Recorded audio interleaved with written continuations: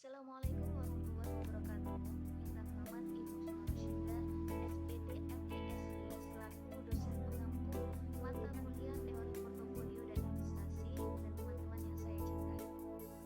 Baik, di sini kami dari kelompok 6 akan mempresentasikan hasil kerja kelompok kami dengan judul portofolio Markowitz. Sebelumnya, perkenalkan anggota kelompok kami. Yang pertama ada Titin Lutfiana dengan NIM 50 dan kemudian Ahmad Sultan Adib dengan NIM 64 dan yang terakhir ada saya Yeni Nur Hasanah dengan NIM 71. Pada kesempatan kali ini kami akan membahas 5 topik. Yang pertama yaitu pengertian portofolio, yang kedua tujuan membentuk portofolio, yang ketiga portofolio efisien dan portofolio optimal, yang keempat proof indifferent dan efficient profile, yang kelima membentuk portofolio Markowitz. Baik, langsung saja untuk pembahasan pertama akan disampaikan oleh Titin Lutfiana. Yang pertama yaitu pengertian portofolio. Teori portofolio menyatakan bahwa resiko dan pengembalian keduanya harus dipertimbangkan dengan asumsi yang tersedia. Dalam bentuk dasarnya, teori portofolio dimulai dengan asumsi bahwa tingkat pengembalian atas efek di masa depan dapat diestimasi dan kemudian menentukan resiko dan variasi distribusi pengembalian. Dengan asumsi tertentu, teori portofolio menghasilkan hubungan linier antara resiko dan pengembalian.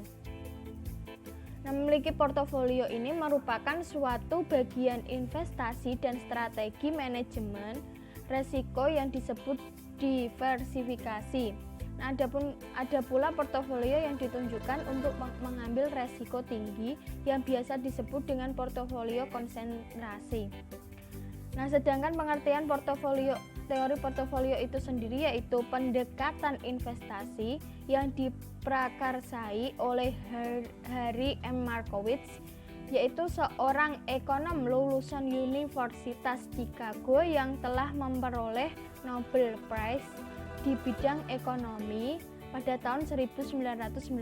Yang kedua yaitu tujuan membentuk portofolio.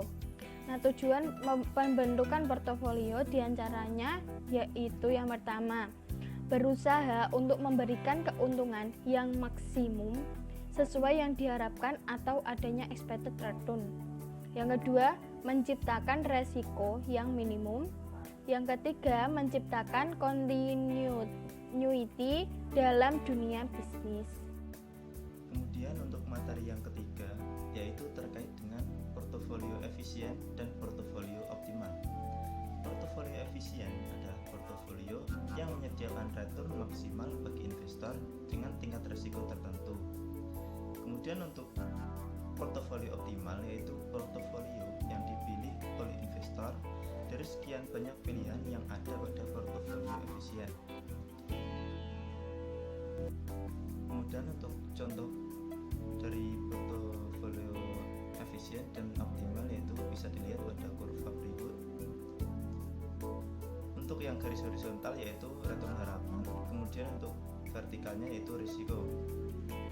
Bisa dilihat ada titik-titik portofolio efisien yaitu titik B, titik C, titik D, dan juga titik E.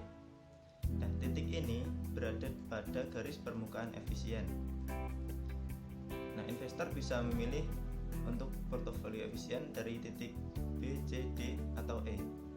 Nah, untuk portofolio optimalnya, investor juga bisa memilih berdasarkan preferensi masing-masing, yaitu bisa memilih di antara titik-titik portofolio efisien, yaitu titik B, titik C, titik D, ataupun titik E. Untuk materi yang keempat yaitu kurva indifferent dan efficient frontier. Untuk pengertian dari kurva indifferent adalah kurva indifferent ini menggambarkan kumpulan portofolio dengan kombinasi return harapan dan resiko masing-masing yang memberikan utilitas yang sama bagi investor. Bisa dilihat untuk contoh dari kurva indifferent. Untuk garis horizontalnya yaitu pengembalian yang diharapkan atau return harapan, kemudian untuk garis vertikalnya yaitu resiko. Bisa dilihat ada U1, U2 dan U3. Di situ juga ada U petik dan juga U. Untuk keterangannya, U atau yang sebelah kanan itu tingkat pengembalian yang diharapkan itu lebih besar dan juga memiliki resiko yang lebih besar pula dibanding dengan U petik atau yang sebelah kiri. Kemudian jika kurva indiferen itu semakin jauh ke atas atau ke horizontal, maka itu juga mewakili tingkat pengembalian yang lebih besar, tentunya dengan dibarengi resiko yang lebih besar pula. Kemudian untuk efficient frontier adalah kombinasi aset-aset yang membentuk portofolio yang efisien. Berikut ada contoh untuk mencari efficient frontier. Sebagai contoh, ada 3 saham, yaitu saham AAA dengan return harapan 14%, kemudian ada saham BBB dengan return harapan 8%, dan juga ada saham CCC dengan return harapan 20%.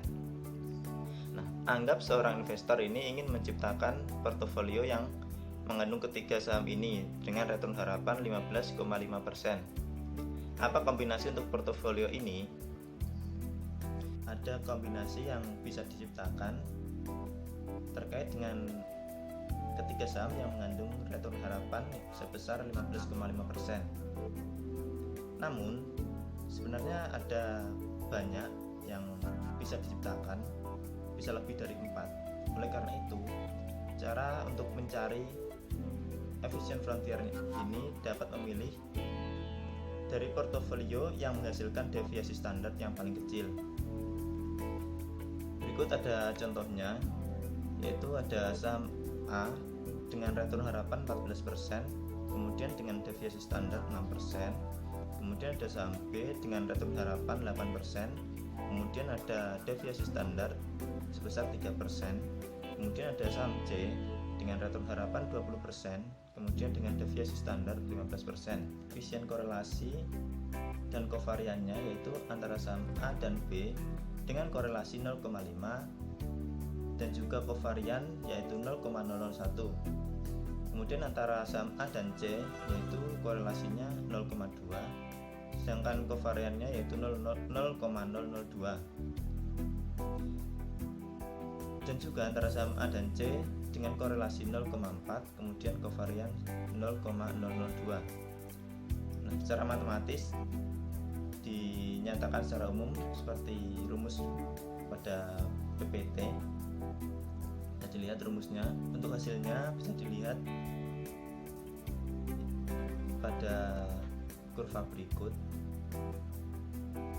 terkait dengan efficient frontier Markowitz dengan garis horizontal yaitu return harapan, kemudian garis vertikal yaitu standar deviasi, kemudian ada titik XYZ dan juga ada titik saham A, titik saham B, kemudian ada titik saham C.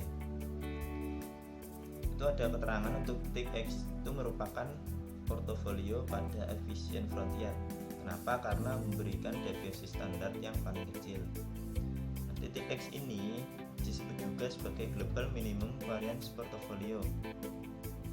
Nah, untuk daerah efficient frontier adalah segmen yang berada di atas global minimum variance portfolio, atau dalam hal ini yaitu berada di atas titik X.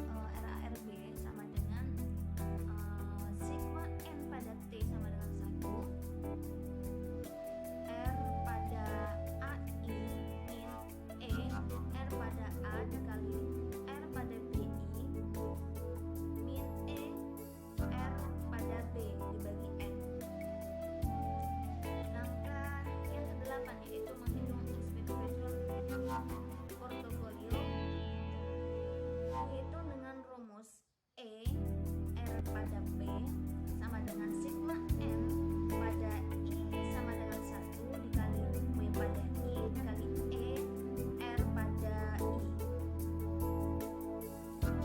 Kemudian langkah selanjutnya yaitu menghitung risiko portofolio. Ini dapat dihitung menggunakan rumus deviasi P sama dengan akar sigma N pada I min 1 dikali sigma N pada J min 1 dikali W pada I dikali W pada J dikali kovarian I dan J. Langkah selanjutnya yaitu menghitung SPT return dan risiko portofolio, itu menggunakan rumus deviasi P sama dengan sigma N pada T sama dengan 1 dikali W pada I deviasi kuadrat pada T ditambah 2 sigma N pada T sama dengan 1 dikali sigma N pada T sama dengan 1 dikali W pada I dikali W pada J dikali kovarian saham I dan J. Setelah mengikuti tahapan dengan benar, maka akan terbentuk saham yang menjadi portofolio optimal yang ditunjukkan ketika mencari proporsi dana yang optimal. Baik, seperti itulah langkah-langkah membentuk portofolio market. Demikian presentasi dari kelompok kami. Kami mohon maaf apabila ada salah-salah kata. Akhirul kalam, assalamualaikum warahmatullahi wabarakatuh.